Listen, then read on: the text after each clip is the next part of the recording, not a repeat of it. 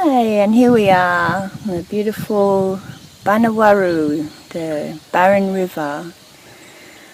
Bana is water, and Waru, that's the land up this end of the Dindin, the Barron Falls. And we're in the country here of the Jabaganji and the Burwai people. And we'd like to honour the traditional owners of this area and the elders, past, present and future. And just say a big hello to all the people of this country. And yeah, thanks for having us on your land, and so we can tell the story of our experience with this beautiful river. So here's the wonderful Sylvia Conway, who I like to call the Queen of the River, and that's because quite often Sylvia's telling me all these stories of these wonderful things that she's doing to look after and protect and connect people around the river. And yeah, so hi Sylvia. Hi Lisa. How'd you like to give us a little bit of a story about, first of all, what connected you to water and rivers, and where did your interest spark? Wow, it's a big question, but it started in my mother's womb. Yes. In waters. Yeah.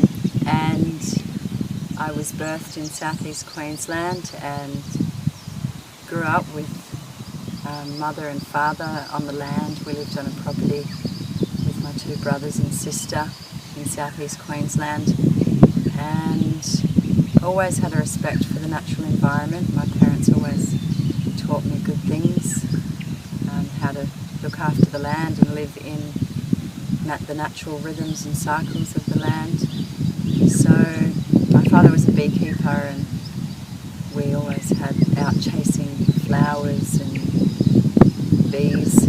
So yeah, I understood the natural cycles, and when I grew up and got older, I started working different outdoor jobs. I liked working on nurseries and palm farms and coconut company and flower farm. And I met a friend on the flower farm, and he was working for Barron Land Care. And I said, hey bro, can you get me a job? And he got me a job on the flower farm. I was around 22 then.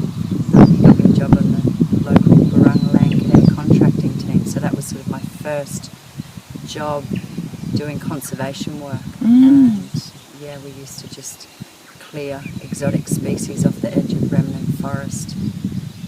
And so from there I moved into Conservation Volunteers Australia work in Cairns, and I worked for them for 3 years, taking volunteers out onto the Barron River to plant trees as part of the Green Corridor project, which was a 20-year project that Jeff Owner started, which is finished now. And the aim of that project was to revegetate all of the areas of the Barron River, so the lower areas, the central and the upper. The Barron River is a river that's 164 kilometres long, and it starts at the crater in Mount Haipipimi, and it runs all the way down through Lake Tinaroo and down past Atherton and Mareeba and all the way through here, which is Koah, down to Kuranda, over the Barron Falls, and coming out at the mouth at the Nations Beach airport site there. So it's a beautiful river, and I've spent a lot of time on the river. We planted thousands and thousands of trees in that time over those 3 years.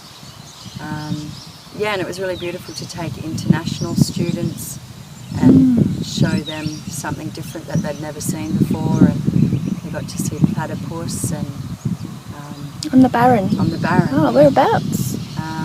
At Yungaburra. Yeah, there's a corn farm there, and there's the corn farmers are the Bonadio brothers. Their fathers passed away now, but when he was here he started the corn farm, and he didn't have any revegetation along the river. It just went straight from cornfield to the river. But his sons realised that there needed to be something done about the erosion issues that were happening from tilling the fields, and then all of the sediment washing into the river and ending up on the reef.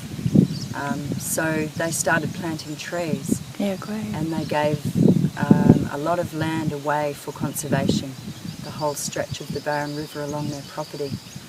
So I worked on that site for years and years, planting a lot of native vegetation, riparian species, with volunteers, and not just in the upper Barron but also in the lower Barron as well, down in Cairns. We did a lot of revegetation along Tomatoes Creek and beaches. And then after conservation volunteers, I decided to take a job with Cairns Regional Council Natural Areas Revegetation, and that was a great job. I really enjoyed that. Again, it was just planting trees. So we revegetated Katana wetlands, which was once a sand mine, and then it became a cane field, or maybe vice versa. And then the council bought the land, or Katana actually donated it to the council, and then we revegetated it. And it's a really beautiful wetland. So beautiful, so many birds there, hey? It's So just gorgeous. really a beautiful place to go. So yeah, and I spent heaps of time at Katana wetlands, again with volunteers, but mostly just with our re-veg crew. We did a lot of maintenance work there and planting.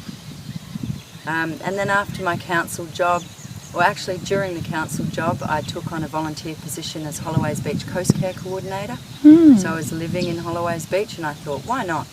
So we had 11 sites there, and we were also just planting more trees and maintaining some of the little tracks through there, working with the local Indigenous people as well.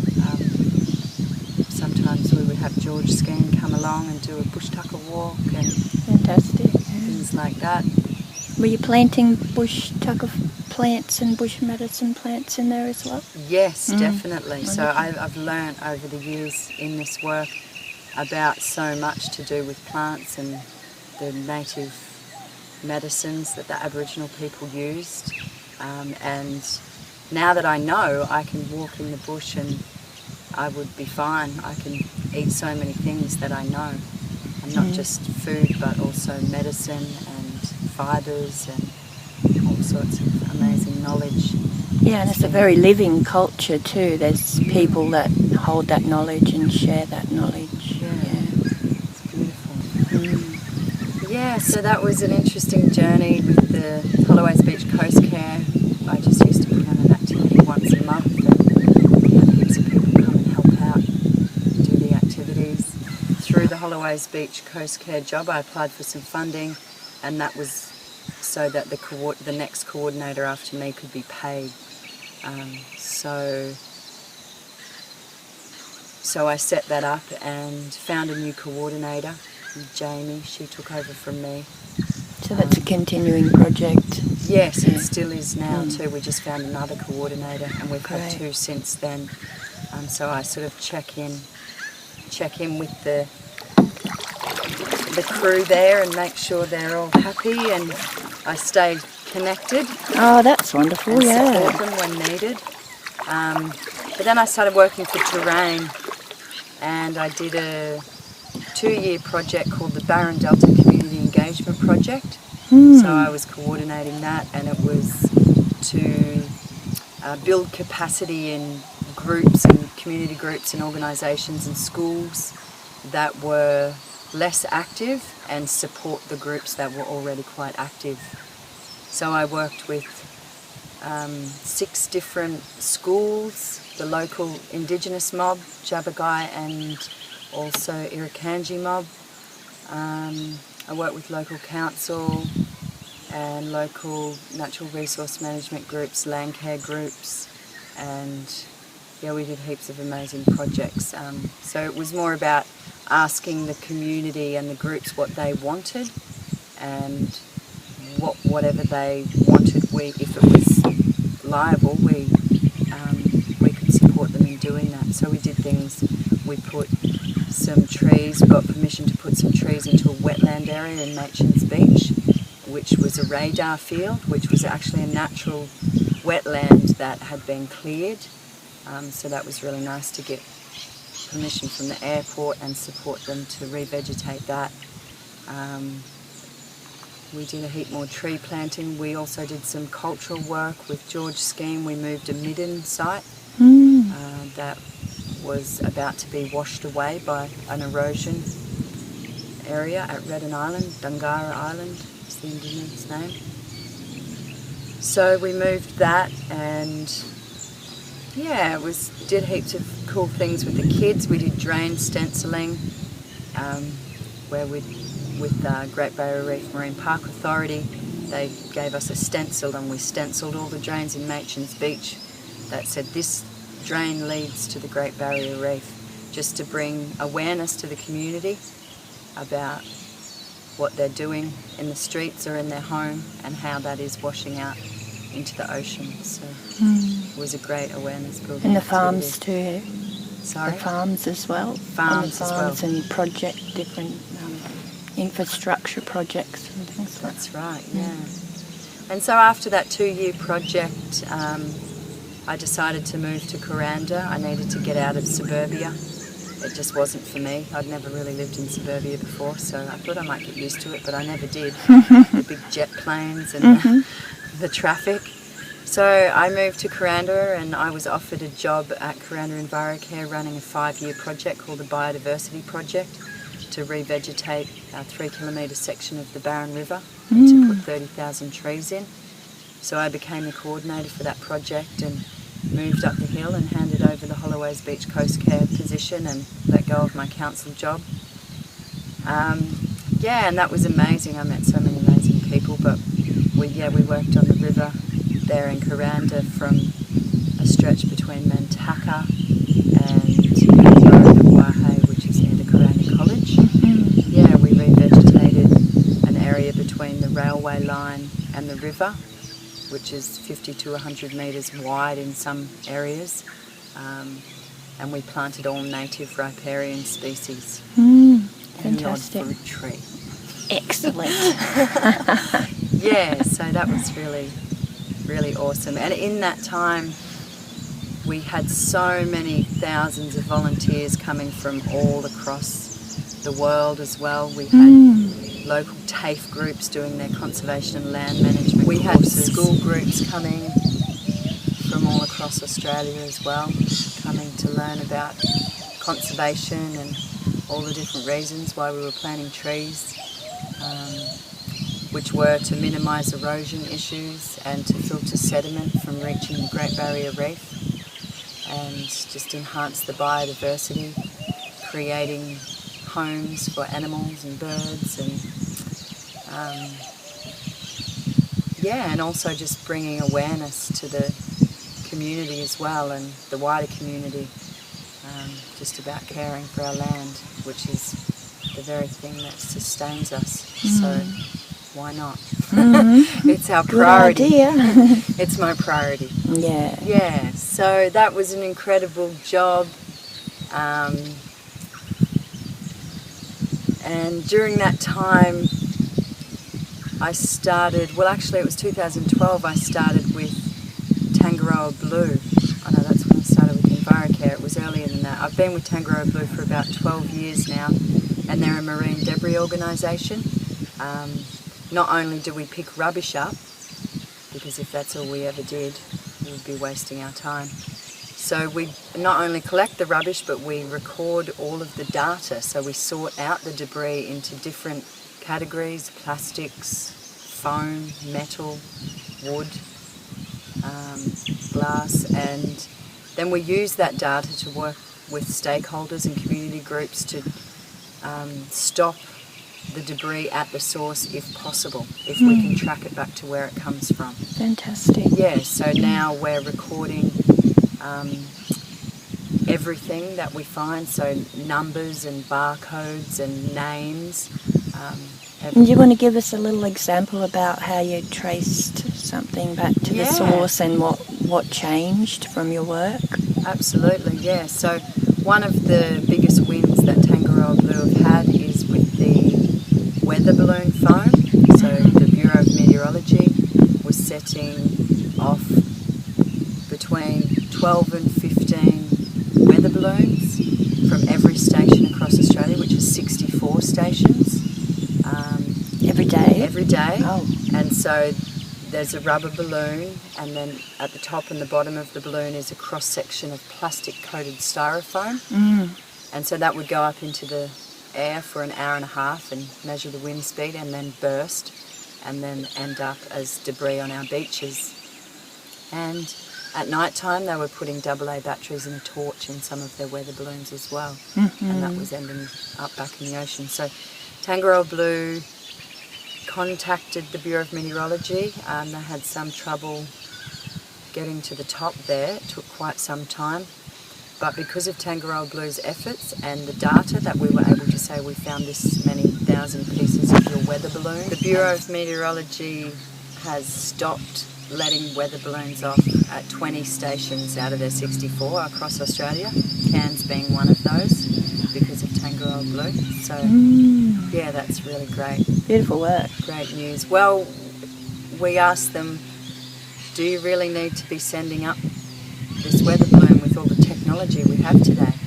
Or if you do, then can you find something that's biodegradable? So these are the questions they're left with. And what choices did they make?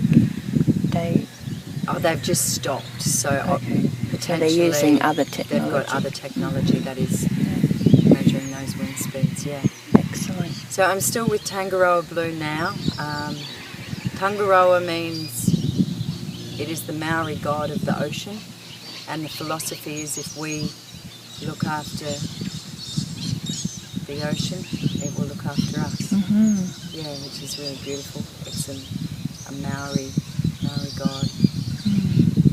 So I still work for those guys, and I often do beach cleanups in Cape York as well. I've been up to Thursday Island and Badu Island and Palm Island off Townsville.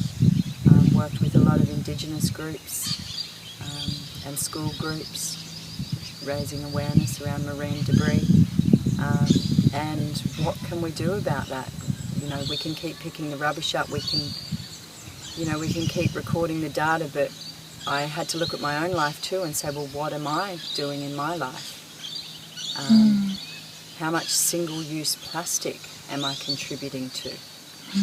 So for me, it's more about prevention rather than cure. So yeah, minimising consumption. Consumerism is probably the biggest issue that our Earth faces. So after my job with Kuranda EnviroCare, I took on a 3-year job with the Wet Tropics Management Authority, managing the Kuranda Yellow Crazy Ant Task Force. And so there was a yellow crazy ant infestation in Russet Park in Kuranda, and I was working with the landholders and the authorities to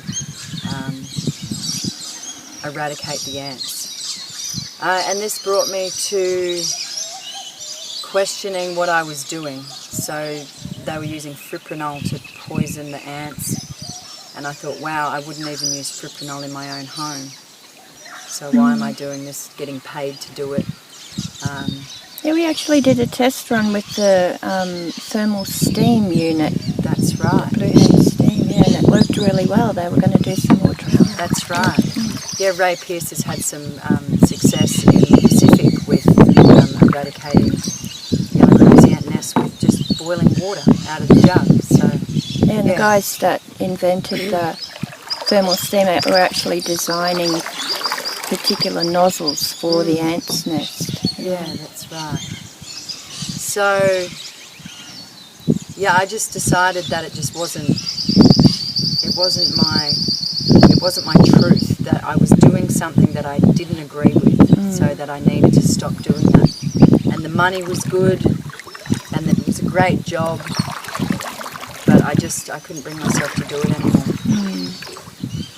And also during that time, back in 2014, I took on a water monitoring job with the Queensland Government, and that project was the Great Barrier Reef Catchment Loads Water Monitoring Project, which I'm still currently taking samples at Little Road in Myola. I take a monthly sample, and I also take samples when there's an event in the wet season. And I don't test those samples, but I send those samples off to Brisbane, and then they collate all of the data, and then they will feed that back to us and let us know what's happening in our river. So we're testing for sediment, nutrient, and we've had a little bit of chemical testing as well happen. Not a lot, apparently. It's quite expensive to chemical test, so they weren't wanting to do that. It was pretty important though, going down onto the Great Barrier Reef. It is. The water monitoring project was testing for sediments and nutrient, and for a small time chemical. That was a few years back now. Since then, the project took on another site in the lower Barron, down near Stratford, at the highway there where the Barron River crosses, and they were doing some chemical testing there for a long period of time. For about a year they did. So then those statistics were sent back to us, and because of the low amounts of chemical in the Barron River compared to other rivers in Queensland, just keeping in mind this project that I was doing is from the Mary River to the Pasco River, so it's they're doing a lot of a broad range of rivers in Queensland. All of the major river systems they're monitoring, because in comparison to the others, there was a low amount of chemicals. High nutrient loads, not as high sediment loads. So now they've ceased chemical testing in the Barron River. But I do have access to those records as well, which sometimes you need a scientist to read them to work it out. But yeah, it's interesting. Because of the diversity of farming in the Barron River, it's not just cane or one particular thing, then there's also a diversity of chemicals. So that is a problem, and even though compared to other rivers it is lower amounts, I still believe that the river's being polluted to some point by farmers and by different chemicals, even just by washing your car with chemicals on the street. The things that people are putting in their sinks. Yeah, that's right. Yeah, absolutely. So, and then still doing that water monitoring project now. After my project with Kuranda EnviroCare, I moved on to a not-for-profit organisation that my sister and I created called Children for Change, and we started the ACE Club. And ACE Club stands for awareness and interaction between children and their environment. This is the one that I was really looking forward to you sharing about. Yeah. Such a great idea. So what do you do with the children? What's the aim, and what are the projects that you're involved in? Yeah, so that the aim is to get children outdoors into their natural environment, connecting with the environment and learning about the different ecosystems in the region that we live, and how all of those are connected. So some of the projects we do, we would strategically take them to the wetlands and the ocean, and then on the sky rail to check out the rainforest and have a look over cans at the different land uses, and then we would discuss land use and and talk about ways that we could also minimise our impact on that land. And we chose children aged between 8 and 13, so we thought that was a nice age group any younger than 8, maybe they wouldn't be so interested, and any older they're thinking of maybe other things.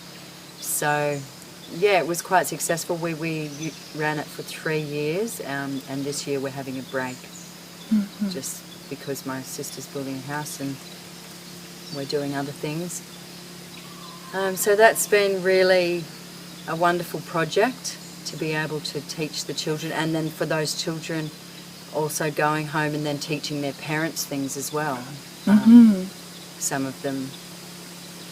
And you've done Eco Fiesta projects there with... That's right, yeah, we've done a lot of community engagement, awareness raising, so we have put ourselves out there, and we had up to 20 children at one point there, and we encouraged the children to do the whole year so that they would get a holistic understanding of all of the different ecosystems and their connections. So if they stayed for the whole year, they would understand that better than if they were just coming for a term. But at the same time, it was just great to have kids, you know, not sitting home on their computer games, out doing fun bushwalks and nature. Getting curious and interested and engaged in life. Yeah, that's right. And then also through Children for Change, we were advertising activities for other local community groups. So we would call it the Weekend Warriors, and we would get the kids with their parents, if they wanted to come and do frog monitoring project, or learn about cassowaries, or tree planting, different activities that were out of our usual Monday afternoon activity. Okay. Tell us a little bit about the frog monitoring and the cassowary. The frog monitoring project is a long-term monitoring project that Conrad Hoskins started. He put it together, and From James Cook University. Yes, from James Cook University. And he trained up some volunteers like myself to become like site monitorers. So we just go out once a month and listen for the frog calls, and we record all of the data, and over time we get to see a picture whether there's an increase or a decline in frog numbers. We're focusing on rainforest frogs, so frogs of the wet tropics, all native to this area and all living in riparian areas along creeks. I think we can maybe hear some in the background. Yes. What's that one? We can. What's that little... I'm not sure. It could even be a bird, that one. No, the little chirp just here. Yeah, I think the little chirp is a bird. It's hard to... Oh no, there is a little chirp there. Sounds a little bit like the sedge frog. Latoria bicolor.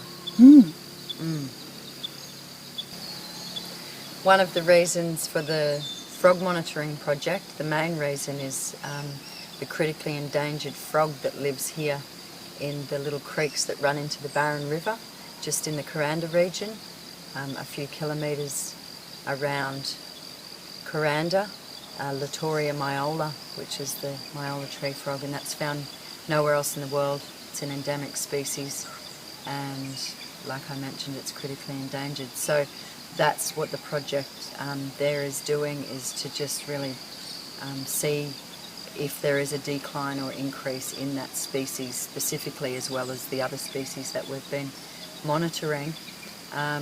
And frogs are such sensitive creatures, so they really are great indicators of the health of any system.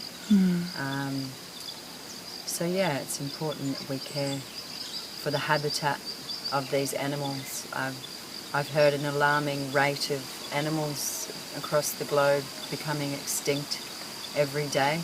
So it is really important for us to protect these systems and these species, not just for them, but for our future too, for us.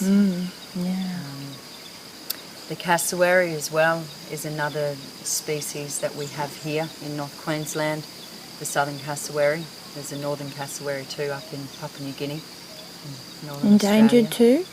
Sorry?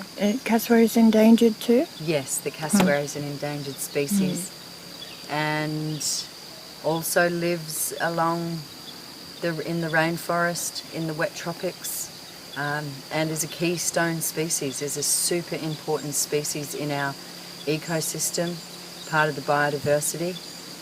They're incredible for spreading seed, and the germination rate from a cassowary scat is very viable. There's a lot of seeds that won't germinate unless they've been through the system of a cassowary. So they have a really, really important job. So it's important for us to protect them. Jax Bergeson from Kuranda Conservation, she's doing incredible work in the community with cassowary protection. She's constantly supporting the cassowaries crossing the highway by putting signage up and just keeping an eye on all the cassowaries around, amongst other things. Ingrid too from... Ingrid Marker from Mission Beach, yeah, she's another incredible cassowary warrior. Yeah. So yeah, such an important species to protect, and that's part of the reason that one of the reasons why I've planted so many trees. You know, they're a massive food source for these animals and the plants habitat as well. So those tree plantings that you've done along the rivers, the riparian zones, they include the food plants for the cassowary? They do, yes. A lot of them are food plants for the cassowary. So Sylvia, when we were at the Mariba Seed Savers a couple of weeks ago, Maria, who was doing a talk on alchemy in the garden, she was talking about the chemicals and their effects on the water and the soil, and she'd also been having a conversation with people that were involved in actually spraying glyphosate onto Tinaroo Dam for the rampant invasive species that are on Tinaroo Dam there. So many people that are on this river system, you know, they get the water through Tinaroo Dam, goes onto the farmlands, it goes into our drinking water. So I'm just wondering, with all your experience that you've had with the river system and your work with water, what can we learn? I mean, Maria was saying, how about we all get together as communities, and you know, that stuff is actually quite good mulch, for instance. I have taken that stuff out of the Barron River and used it for mulch. It mulches down well. It also has seeds in it that last many, many years, so it's very important not to have it used as mulch near the river where it's going to flood. Very important. But she's saying, like, why don't people go up as groups and harvest the mulch, harvest the plants for mulch, make a product that's going to be useful for the land.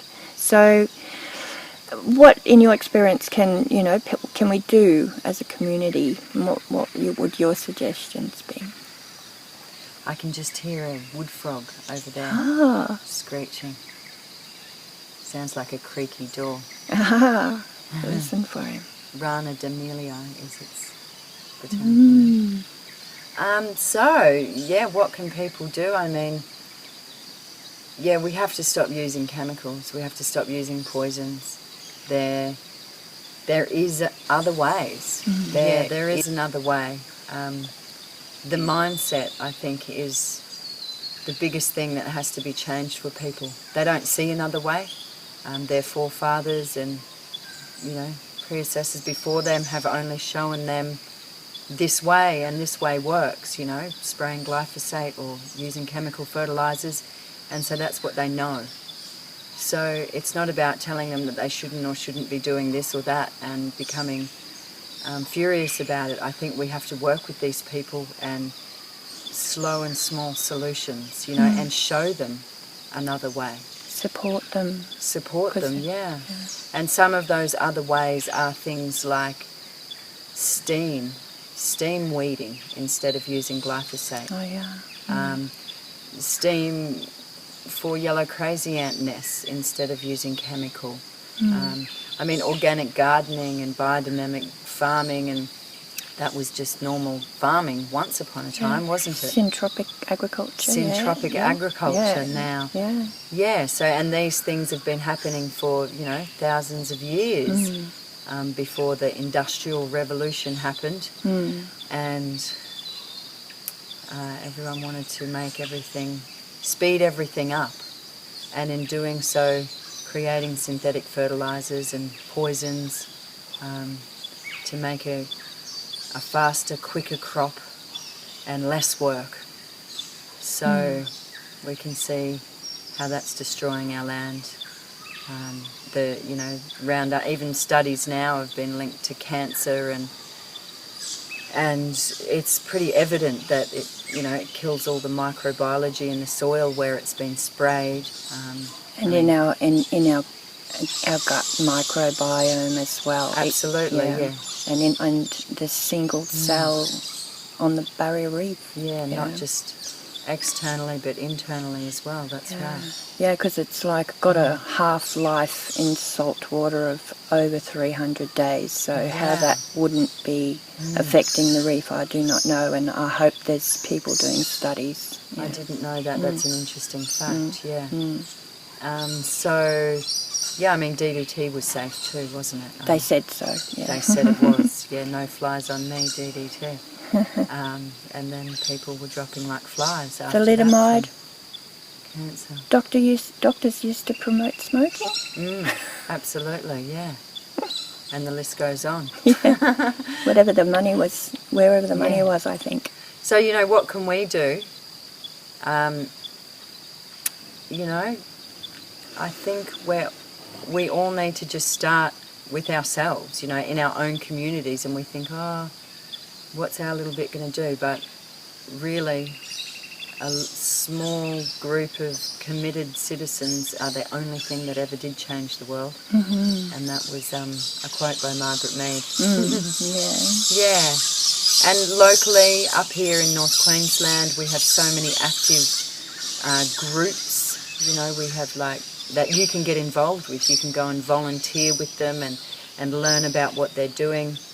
Some of the groups that I've talked about earlier in this video, coast care groups and land care groups and natural resource management groups,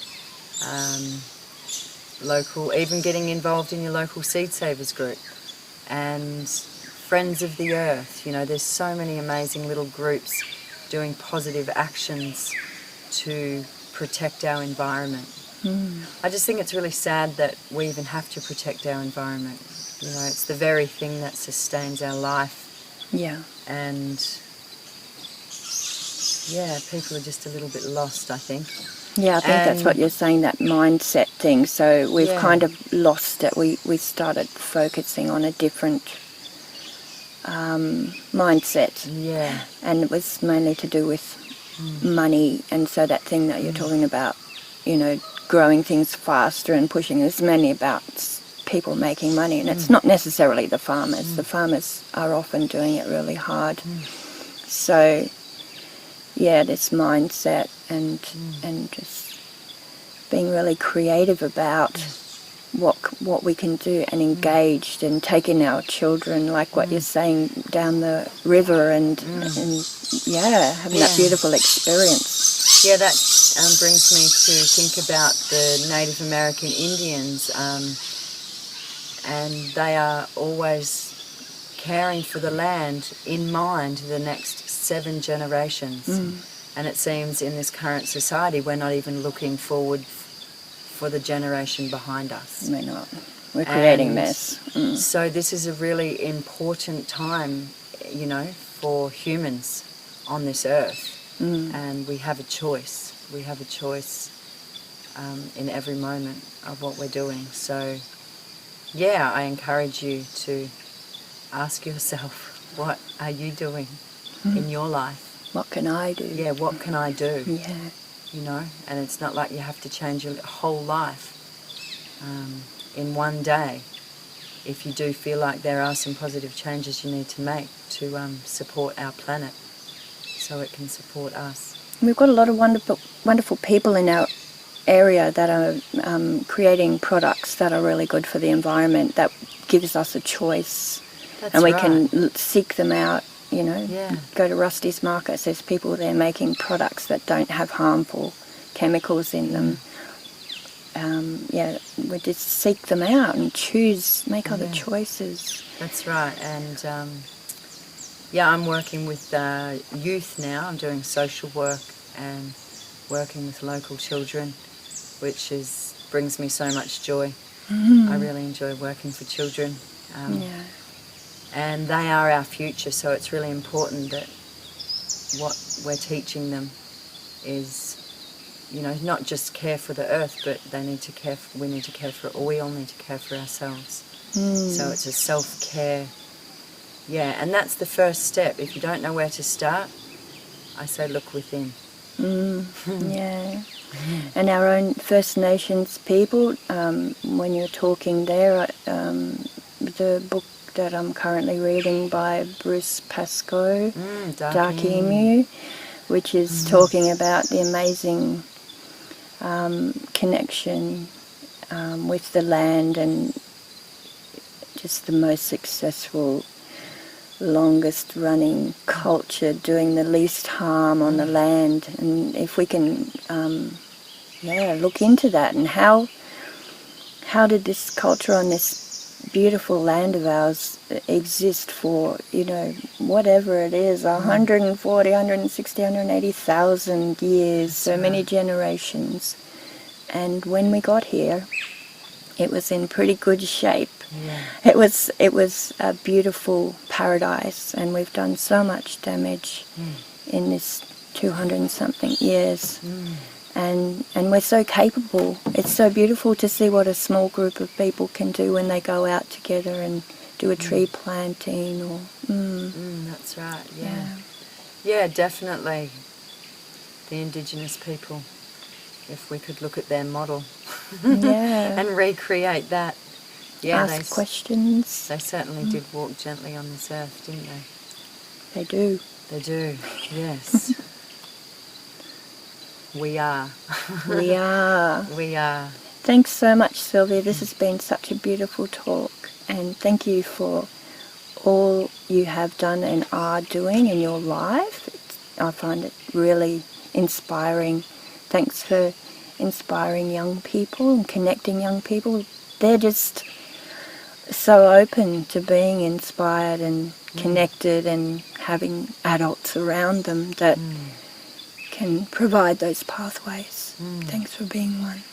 Thanks, Lisa. It's really nice to be here.